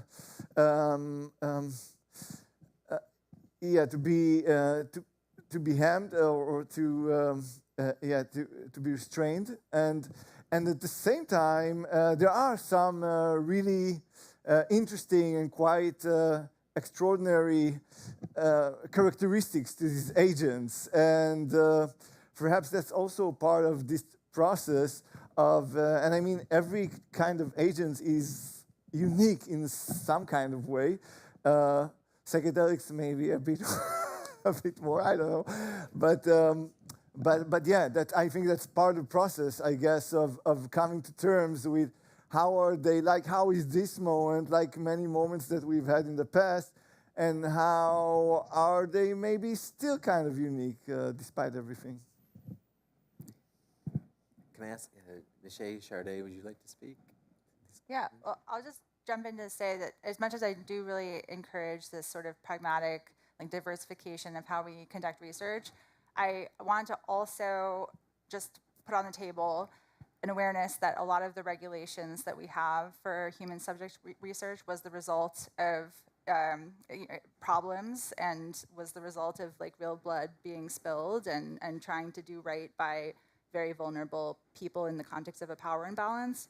And so I think, you know, as we're talking, I'm thinking also from the context of the United States where I live right now. I mean, after the FDA rejected the decline to approve MDMA-assisted therapy, there was this RFK kind of like wellness industry push to use that as a pretense to dismantle the FDA, to re-engineer the Health and Human Services from the inside.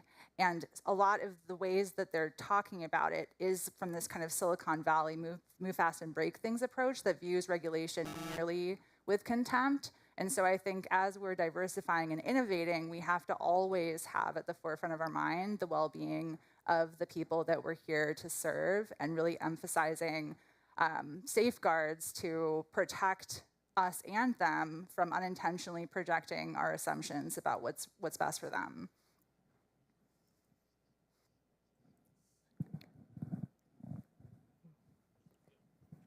Okay, just want to say thank you to the panel. I feel like after today in Montreal, we're going to hear about DJ Dark Loops. Question really to Ido, but for the whole panel. One of the things about your book, American Trip, was it showed how culture defines set and setting, which defines the meaning of a psychedelic trip. And this is a question, it's not a comment, but thinking how so much of the history of psychedelics, whether it's ceremonies to empower priests or initiations into adulthood, has been kind of status quo psychedelics to uphold a social order. And the current social order that we're in now is killing the planet. We have war. War is more dangerous for our species because of our technology. So we're kind of hitting a wall. And I was curious if the medical model has with it an kind of intrinsic built-in contradiction that it is leading to status quo psychedelics that supports the social order, and if there are either existing or new institutions on the rise with different set and settings that could answer the human crisis. Should I? Please, yeah. Well, yeah, thank you for that. There's, and as I point out in my book, there's this tension in the history of psychedelics. The people in the 1960s had this idea that psychedelics intrinsically motivate people to challenge the social order, while during most of human history, psychedelics were used within communities to build intergenerational bridges unlike this generation gap that was the key phrase in the 60s, and to actually instill cultural values. So there's a tension there, and there's also a tension, I imagine, between this broader tendency within medicine and psychology, psychotherapy, that some observers have criticized to kind of work towards adjusting the individual rather than challenging the society. So that, in a way, maybe is kind of closer, of course, in a very different way to those earlier ways of instilling cultural values. And then you have other ways in which psychedelics today are used in contexts where they are either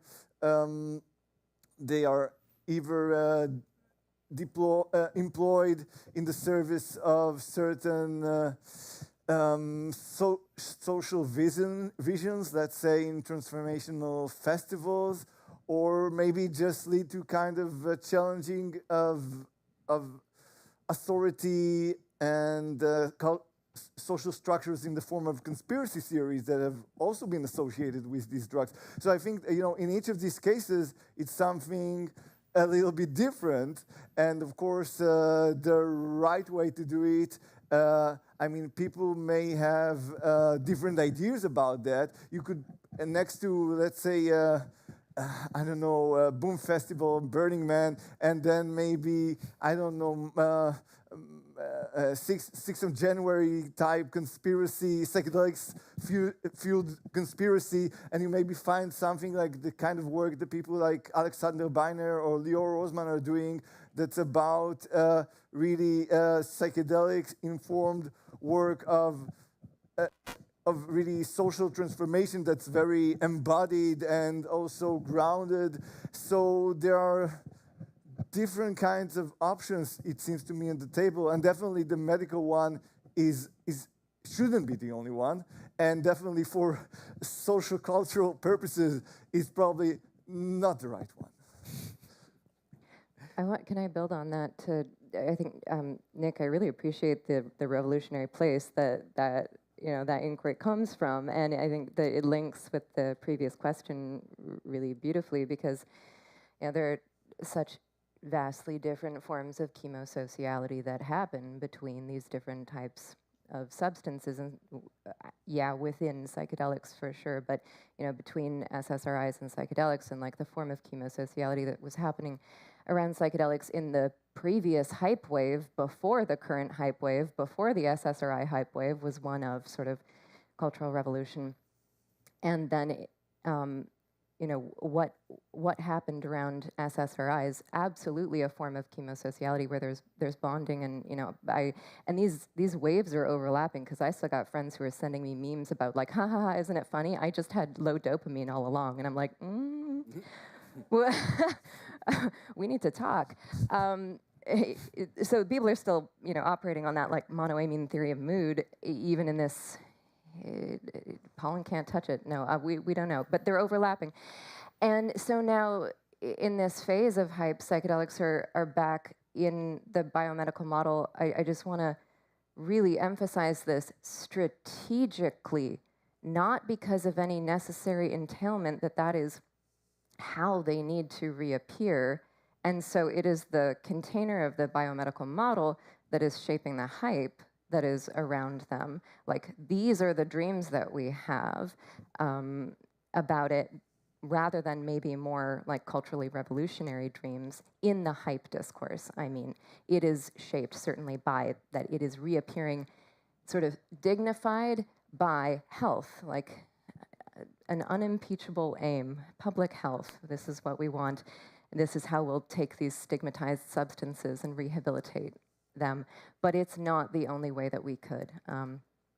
So I just want to echo that this is it's kind of like baked into this wave of the hype and this wave of psychedelics reemergence socially, culturally, institutionally, and this is a very specific, provisional, historically shaped way that it has re-emerged, and we can imagine many other cultural, social frames for this as a way of being or a practice in our lives. And just to add another point onto that question, working in this field over the past 15 years, I sometimes feel like I'm in a burning building and the arsonists are trying to sell me ice packs, in the sense that the elephant in the room of inequality behind all of the distress in the world today is something that we need to be talking about. But similar to how I described how you and Cameron had, his vision, his ideology for distress, his model for healing, and that was imposed, we're today dealing with an issue of the funders and the investors having models of what is wrong with people, and then those trials get funded. And for a lot of the very, very wealthy in society who live in an echo chamber, a bubble of groupthink, like the psychiatrists of old in this institution, they see problems in the social world as a problem of perspective among the impoverished. If only they had a better view and a more productive mindset, that they would be able to address their problems. And coming from the United States, where there is, for-profit healthcare, and I'm, teaching brilliant kids at Hopkins who are graduating into a market from one of the top schools in the country, they're not finding jobs. Our planet is on fire. Like, if we're going to just be listening to the billionaire narratives about psychedelics are going to change, fix things for us, we are going to lose the opportunity to run for the fire extinguisher and work together to put out the fire. And then there won't be a conversation about psychedelic medicine in the future, because we're not going to be able to be here. So I just always want to emphasize that that needs to be on the table with us in this conversation. Thanks, Neşe. Yeah, so good to be talking at a big level. Thank you, Nick. Yeah, when I think about the world burning and the rise of neo-feudal monarchical authoritarianism globally, I don't think too much about psychedelic medicalization.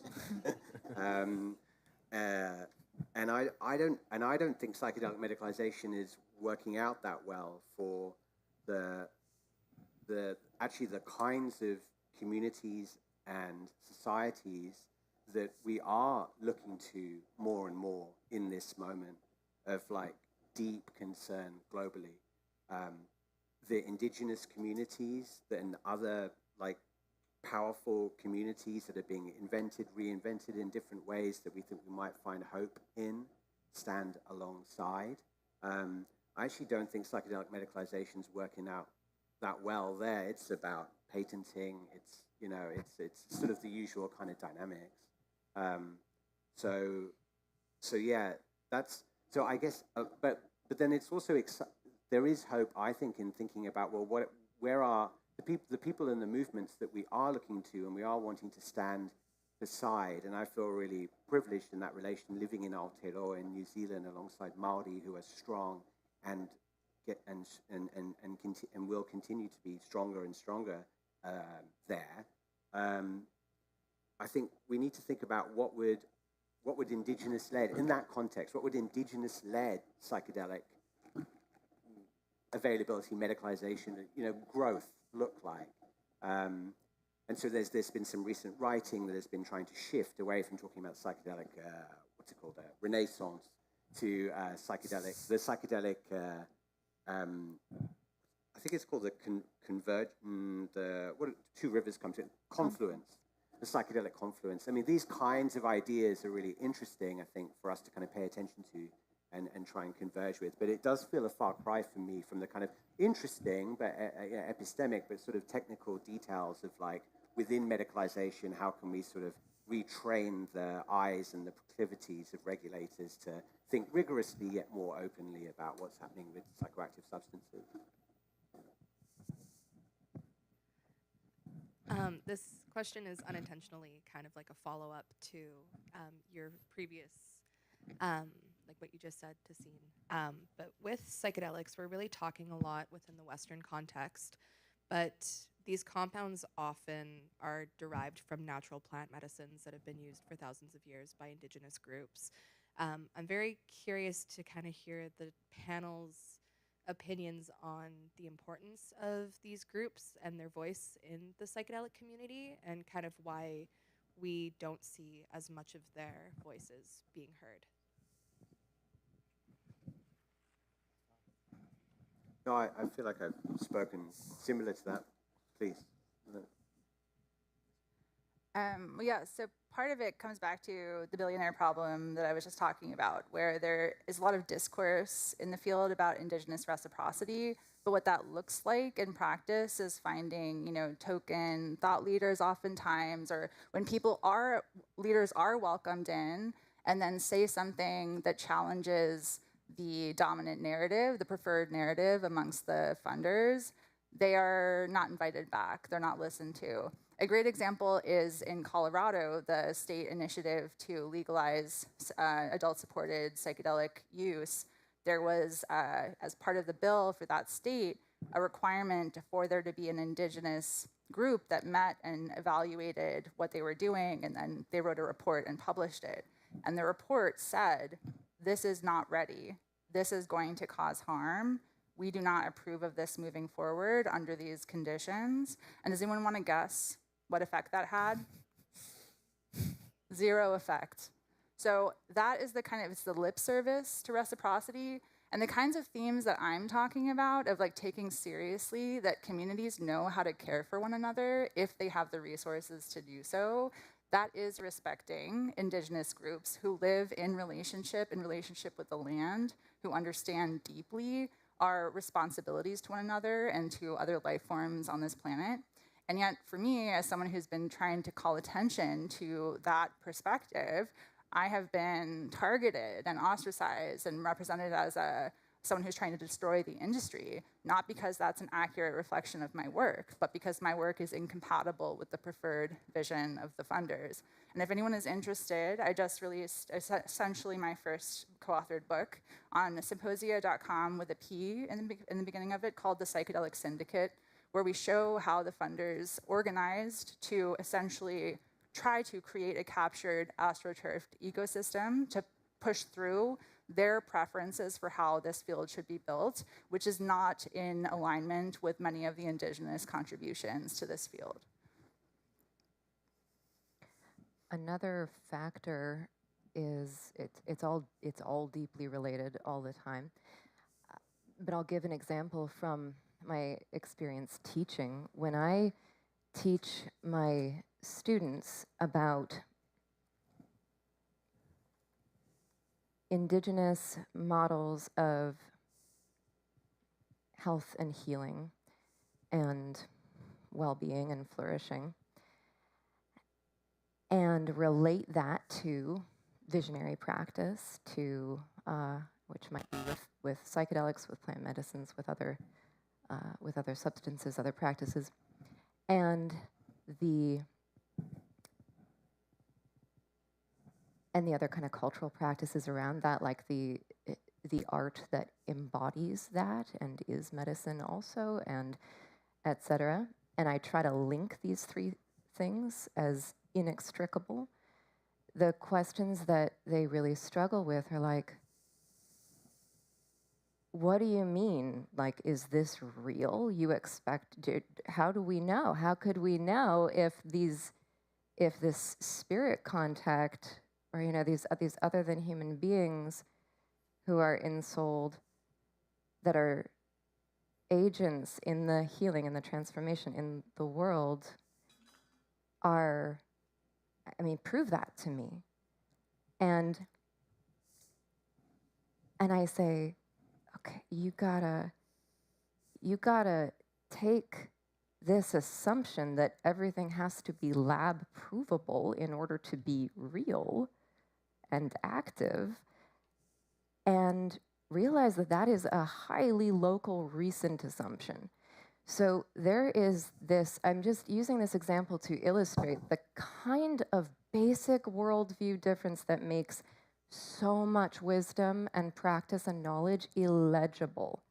And in order, so it's a cross-altitude problem, then in order to be able to be translated into the systems that have the regulatory power, you have to render that somehow in their terms when these things are not necessarily commensurable, or you certainly can adapt certain things to render them in the terms of the evidentiary standards of laboratory science, for instance, but you wind up with this incredibly anemic version of what's really going on and where the real power is. And another element of this is that it can contrast with a certain line of discourse and maybe hype and maybe hope of kind of love and light. And that there is an encounter with it all, that the non-dual really includes the both. Like, it's not just, oh, non-dual and now that means like I'm cool with it. No, the dark is there too. It's the everything. And so when then concepts maybe of the risks of what would it be to go into that sort of practice or ceremony, or even indeed just to really take seriously some of these models of what this place is, means also encountering negative, sinister, evil, dark, etc. types of forces in being. This freaks people out often, and it's like we can. What I tend to encounter in talking about this is like the love and the light part is a lot more intelligible than some of the you're going to need to take seriously, like the ontological reality of dealing with types of forces and beings who you are not modeling in your worldview. And so that, I think, is another real challenge to indigenous wisdom and practice showing up in the institutions that have the power to do the inviting and do the hosting and do the publishing and do the regulating, because that does not translate neatly into those terms or into ways that those folks want to acknowledge as real.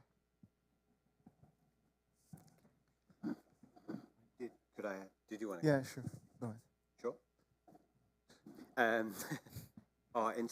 Just thought in terms of indigenous wisdom showing up in the institutions, we learned this week that an incredible leader, Maori leader, who has shaped so much of thinking about psychiatry and health, and, healing and flourishing in Aotearoa, came here to train in psychiatry, and he trained in the including in the building that we've been in for this week. His name is Mason Jury, and he's incredible. And in terms of, and I think there's been a lot of, I'm ignorant to it, but a lot of knowledge sharing between here and there, and Aotearoa and sort of Canada, Turtle Island, in terms of indigenous ways of knowing, doing, and being. So Mason Jury, look him up, and maybe that can help with the kinds of connections that we're trying to speak into.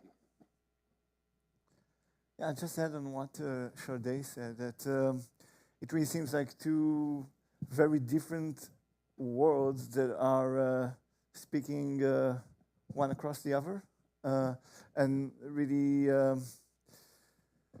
So really, these are two epistemic systems and systems of viewing and acting in the world that are so different, and that it's very difficult to imagine any fruitful communication occurring. So it depends then if it's academia, maybe medicine.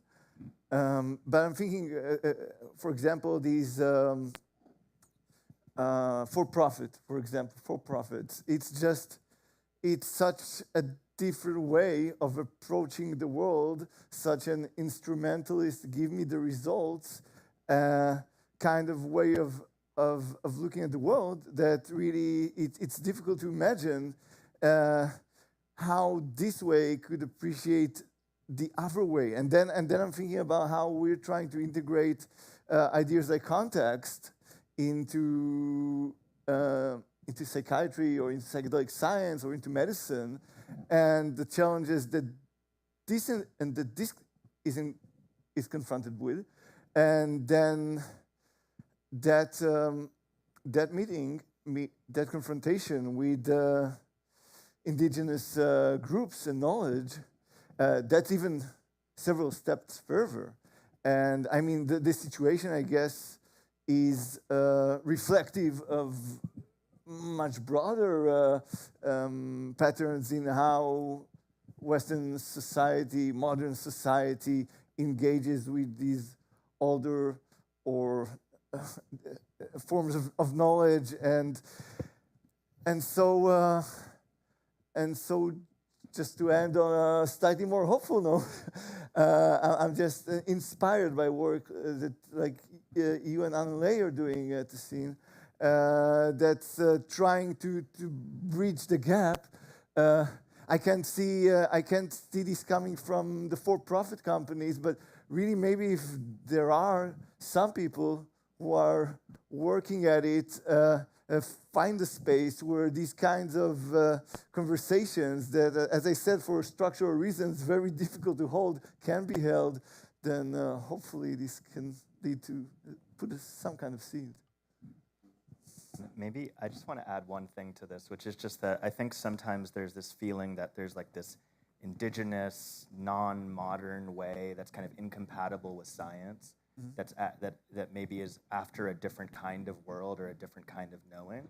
But I think it's also, and there's something definitely to that, but then I think it's also important to think that maybe actually share a world, and that the kind of indigenous wisdom, for instance, about things like spirits, is actually pointing to something real, scientifically real about the world, that actually we can start to understand better with our science, and to actually build a language of things like a science of spirits, for example, which I know there's people in this room who are working on. So I just want to point that out, because I think that it's important that not to think that like non-modern scientific ways of knowing are not empirical or are not after some kind of like commensurate reality that we all share. And because I think then it's easy to kind of also sideline the way that actually they're pointing to something tangible in our world too. To be crystal clear, I'm saying this is a radically empirical, intersubjectively verified, practically useful way of knowing and being. And this is going on. You're right. All these different types of, teaching and research, and this is going on, and I think the question was like, why isn't there more of it?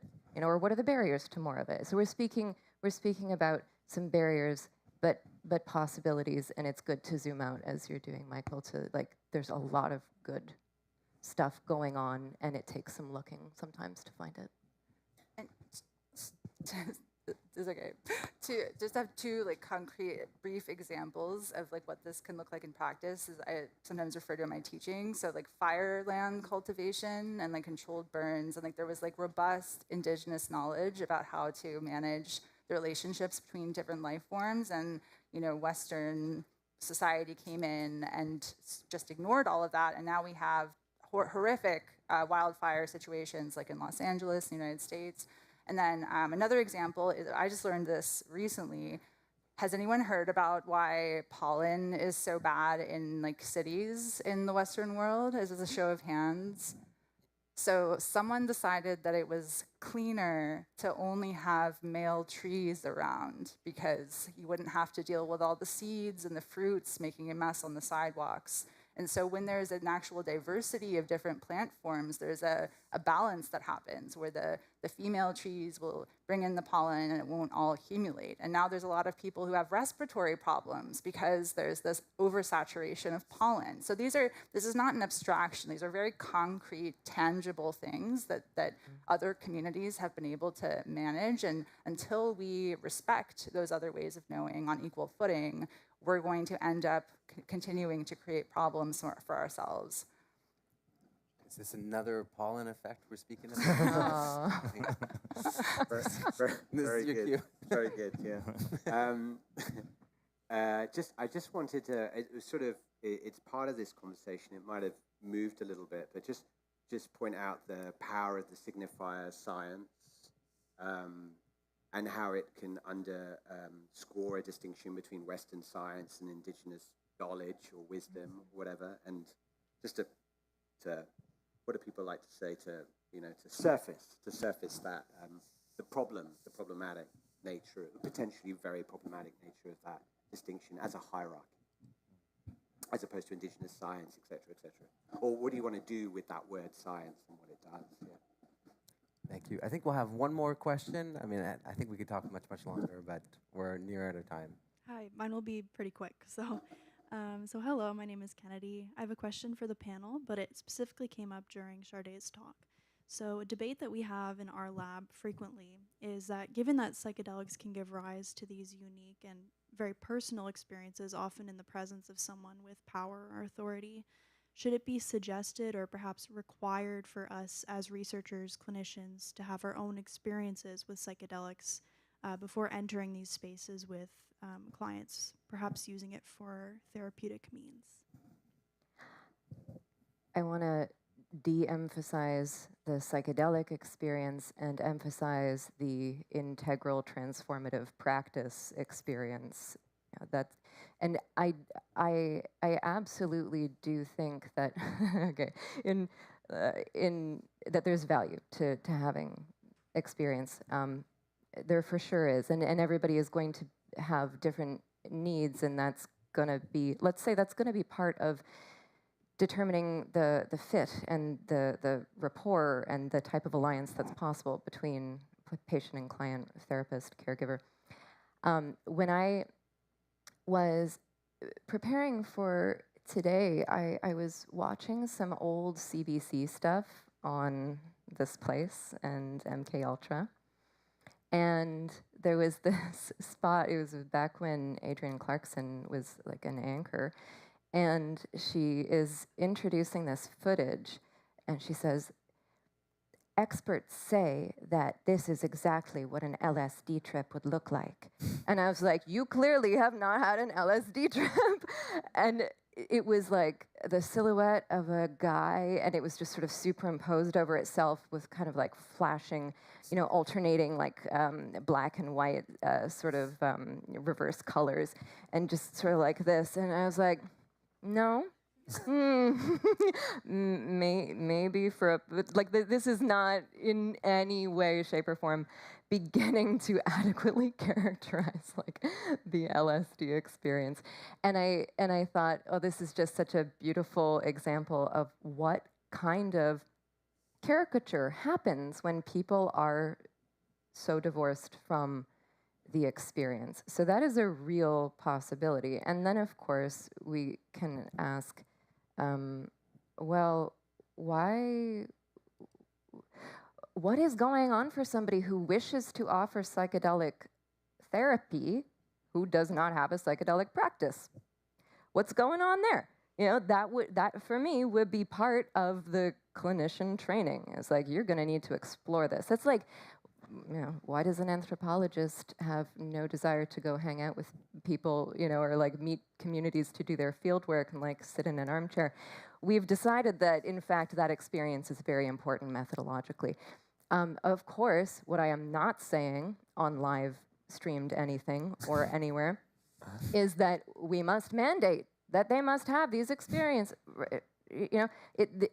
I'm gesturing to, this is a much more complex set of questions, and it also relates to, well, in what way can they access it? Because maybe their very skillful self-experimentation and practice is not actually surfaceable in the discourse of their training program because that's illegal. So what about access for them? Like, how would they receive it? Would they even want to receive that experience or that exposure through the biomedical paradigm? Like, maybe that is not the experience they're wanting to have. So there's a lot of factors, and it's a good question because it brings those above the Lehman of awareness.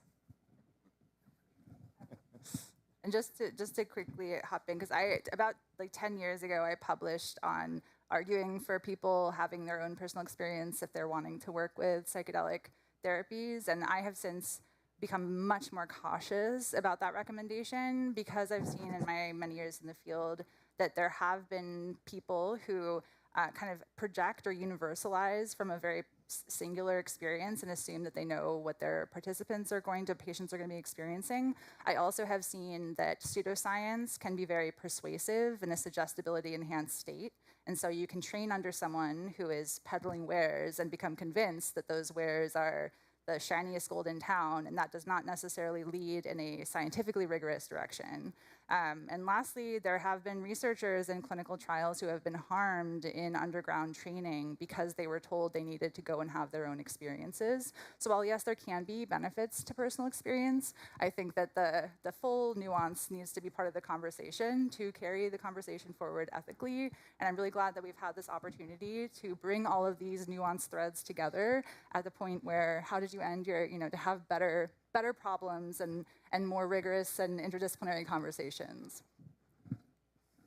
Wonderful. I think that is a great place to end for today. If you'll join me.